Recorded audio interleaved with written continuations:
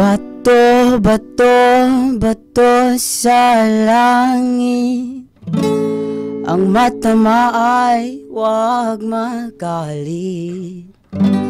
Bato, bato, bato sa langit.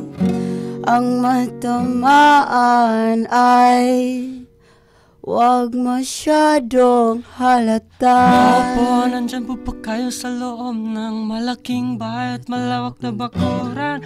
Taas na pader, pinapaligiran at nakapilang mga mamaling sasakyan. Mga bantay na laging bulong na bulong, wala namang kasal pero marami ang nakabarong.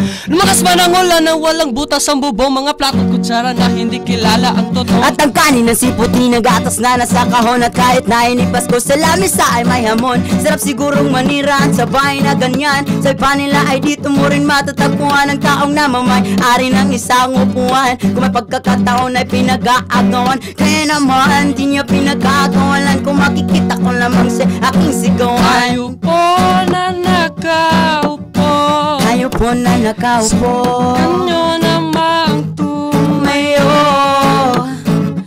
at baka matanaw, at baka matanaw ninyo ang tunay na Kalagayan ko.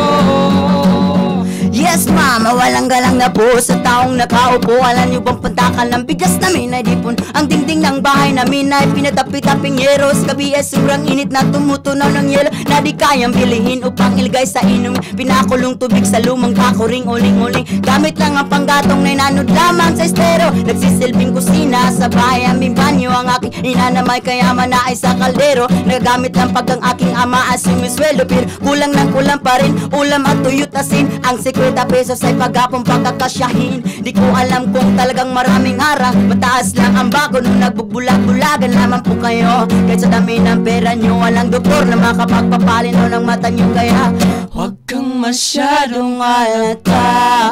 Bato, bato sa langit. Ang matama ay huwag magalit. bato, bato, bato sa Langit, ang matamaan ay huwag masyadong halata. Huwag na huwag, huwag na huwag na huwag na huwag. Huwag kang masyadong halata. Huwag na huwag, huwag na huwag na huwag na huwag. Huwag kang masyadong halata.